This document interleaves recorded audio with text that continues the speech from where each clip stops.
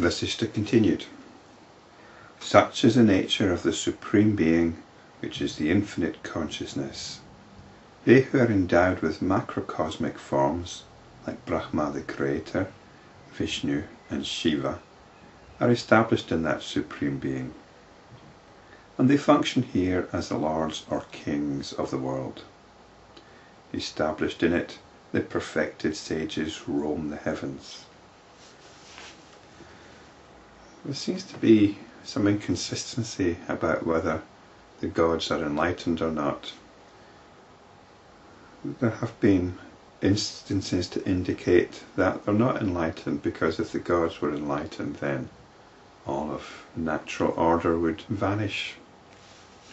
Although technically they could be enlightened and they're just carrying on with their natural duties.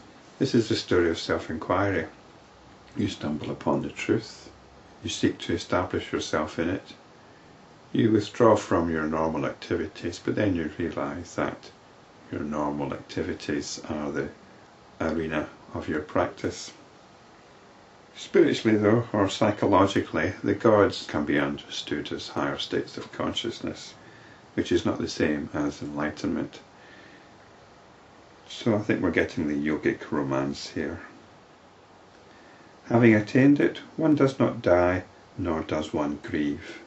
Having attained it, having touched the nature of your own consciousness, having realised the nature of your own consciousness, you eventually appreciate what it is that you normally identify with as having no more substance than a dream.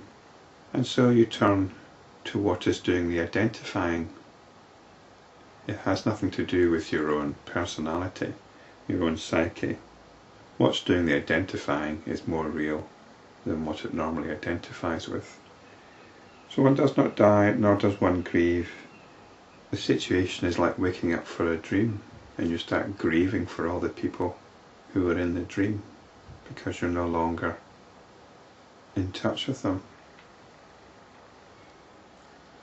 I had a dream last night with lots of people in it, and there was a lot of emotional stuff going on between me and the people in the dream.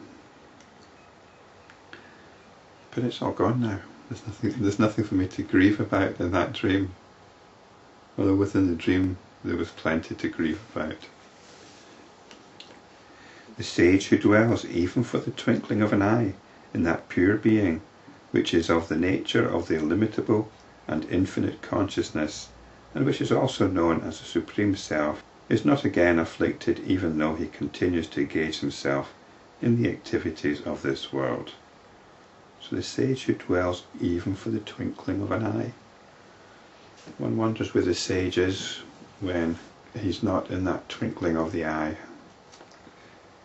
dwelling in the Supreme Being. The point here is, it's not a consistent state. The attention is in constant flux. And if you want to know yourself, you can make a map of where the attention is dwelling. It's very easy to censor this map, because we've got our own self-image hanging over us.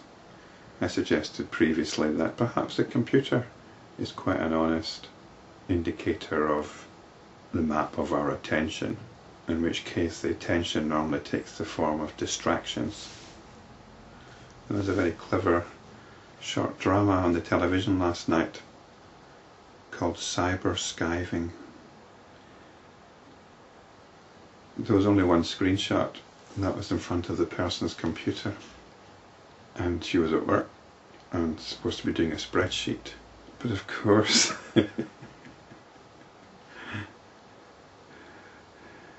she had more important things to be attaching her attention to.